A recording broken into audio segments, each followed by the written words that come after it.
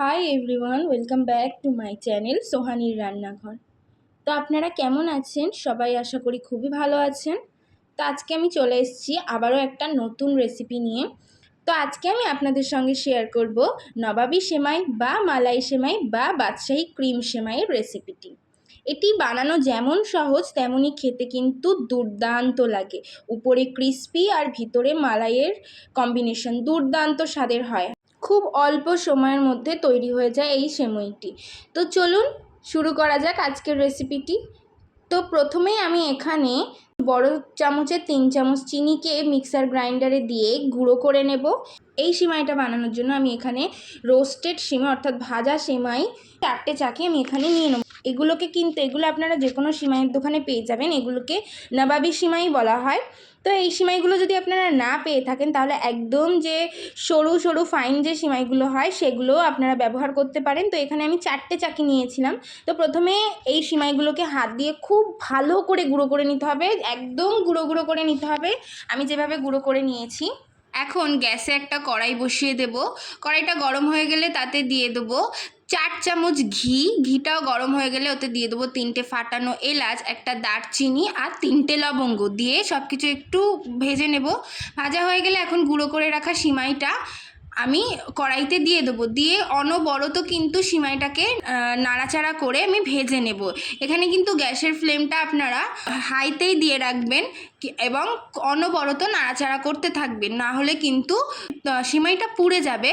তো এখানে সিমাইটা আমি 4 থেকে 5 মিনিট মতন খুব ভালো করে ভেজে নিয়েছি নাড়াচাড়া করে। এখন এর মধ্যে আমি দিয়ে দেবো 2 চামচ গুঁড়ো দুধ। 2 চামচ গুঁড়ো দুধ এখানে আমি দিয়ে দেবো। দিয়ে আবারও সব কিছু খুব ভালো করে সিমাইয়ের সঙ্গে নাড়াচাড়া করে মিশিয়ে নেব।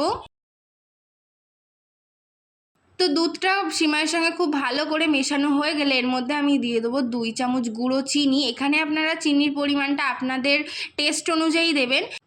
তো যারা খুব বেশি মিষ্টি পছন্দ করেন তারা এখানে চিনির পরিমাণটা বাড়িয়ে দেবেন। কিন্তু এখনও যেহেতু এর সঙ্গে মালাই আমরা অ্যাড করব, তো এই সিমাইটা খুব অতিরিক্ত মিষ্টি হয়ে গেলে তখন কিন্তু সিমাইটা খেতে ভালো লাগবে না। তো এখানে চেষ্টা করবেন সিমাইটা একটু অল্প মিষ্টি রাখার। কিন্তু যারা বেশি মিষ্টি খেতে পছন্দ করেন তারা অবশ্যই এখানে চিনির পরিমাণটা বাড়িয়ে নেবেন। সিমাইটা ভেজে নিয়ে নামিয়ে নিয়েছি একটা পাত্রে। এখন সিমাইটা গরম অবস্থাতেই আপনারা যে পাত্রের মধ্যে সিমাইটা বসাবেন, মানে নবাবী সিমাইটা করবেন, সেই পাত্রেই সিমাইটা আমি দিয়ে দেবো। দিয়ে আমি যেভাবে সিমাইটাকে সেট করছি আপনারাও ঠিক সেভাবেই সেট করবেন। গ্লাস দিয়ে হালকা হাতে সিমাইটাকে সেট করে নেবেন। তো সেট করে এখন ওটাকে আমি সাইডে রেখে দেবো। এখন এখানে আমি একটা হাঁড়ি নিয়ে নিয়েছি। এখানে আমি 1 কেজি দুধ নিয়ে নিয়েছি। এখানে কিন্তু আমি 4টে সিমাইয়ের চাকির জন্য আমি কিন্তু 1 কেজি দুধ নিয়েছি। আপনারা 6টা সিমাই নেন তাহলে সেখানে কিন্তু 3 প্যাকেট দুধ আপনারা ব্যবহার করবেন। এখানে দুধটা যতক্ষণ ফুটছে আমি পাশে একটা বাটির মধ্যে 2 চামচ গুঁড়ো দুধ নিয়ে নিয়েছি। নিয়ে তার মধ্যে অল্প পরিমাণে জল অ্যাড করে দুধটাকে খুব ভালো করে আমি গুলে নিচ্ছি। এখানে কিন্তু দুধটা আপনারা খুব ভালো করে গুলে নেবেন যাতে দুধের কোনো দানা দানা অংশ না থাকে। এখন ওই গুলে রাখা দুধটা আমি হাঁড়ির মধ্যে দিয়ে দেবো। দিয়ে আমি আবারও সব কিছু খুব ভালো করে নাড়াচাড়া করে দেবো। দুধটা ফুটে গেলে এখন ওর মধ্যে আমি দিয়ে দেবো 2 চামচ কনডেন্স মিল্ক। এখানে কনডেন্স মিল্কটাও আপনারা আপনাদের টেস্ট অনুযায়ী অর্থাৎ যে যেমন মিষ্টি খেতে পছন্দ করেন সেই অনুযায়ী দেবেন। আমি এখানে 2 চামচ কনডেন্স মিল্ক দিয়েছি। তো দুধটা এখন ফুটছে। আমি পাশে আবারও একটা বাটি নিয়ে নেবো। নিয়ে এখানে 2 চামচ কাস্টার্ড পাউডার, 2 চামচ কর্নফ্লাওয়ার নিয়ে নেবো। এগুলো আপনারা যে কোনো মুদিখানার দোকানে পেয়ে যাবেন। নিয়ে আমি একটু জল দিয়ে খুব ভালো করে গুলে নেব জলের সঙ্গে সব কিছু। তো এখানে এটা আমার রেডি। তো এখন এটা আমি দুধের মধ্যে দিয়ে দেবো। এখন কিন্তু এক হাত দিয়ে দুধটাকে নাড়াচাড়া করে এই কনডেন্স মিল্ক আর কর্নফ্লাওয়ারের মিশ্রণটা দিতে হবে, না হলে কিন্তু এটা দেওয়ার সাথে সাথেই দুধটা কিন্তু এক জায়গায় একদম জমে যাবে। তো এটা দিয়ে আমি অনবরত কিন্তু এখন এটাকে নাড়াচাড়া করে যেতে হবে এবং গ্যাসের ফ্লেমটা কিন্তু এখানে আপনারা আস্তে দিয়ে রাখবেন। তো অনবরত কিন্তু নাড়াচাড়া করেই যেতে হবে, না হলে কিন্তু তলায় লেগে যাবে আর এক জায়গায় বসে যাবে দুধটা।